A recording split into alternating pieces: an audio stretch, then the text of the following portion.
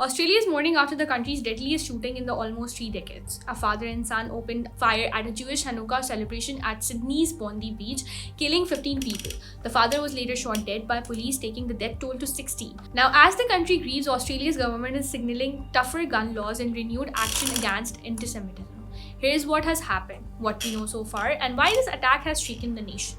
The shooting happened on a hot weekend evening at Bondi Beach, one of Australia's most iconic and crowded locations. Around 1,000 people were attending a Hanukkah celebration when gunfire broke out. Police say the attack lasted about 10 minutes. 40 people were taken to hospital, including 2 police officers who remain in serious but stable condition. The victims ranged in age from just 10 years old to 87. Authorities say the attackers were a 50-year-old man and his 24-year-old son.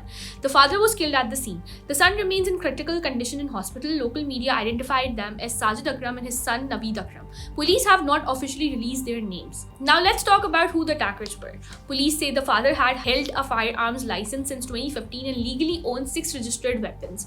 Video from the scene show what appeared to be a bolt-action rifle and a shotgun. One of the attackers was known to authorities but was not considered an immediate threat. Investigators say they are still working through the background of both men.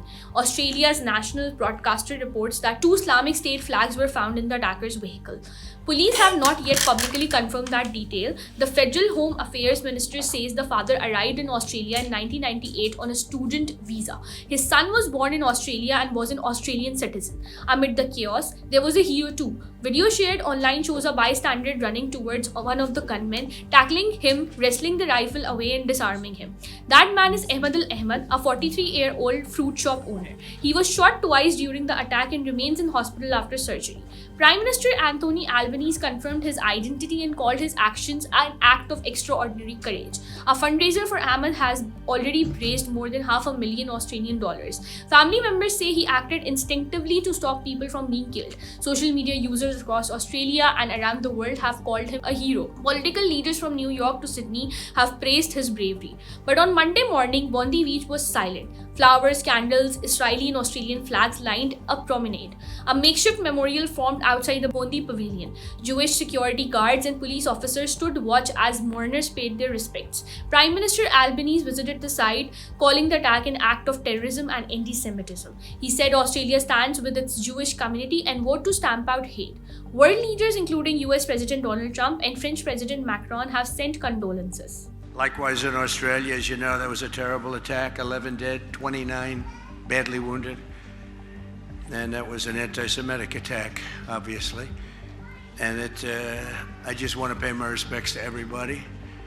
Now, Australia already has some of the strictest gun laws in the world, introduced after the 1996 Port Arthur massacre.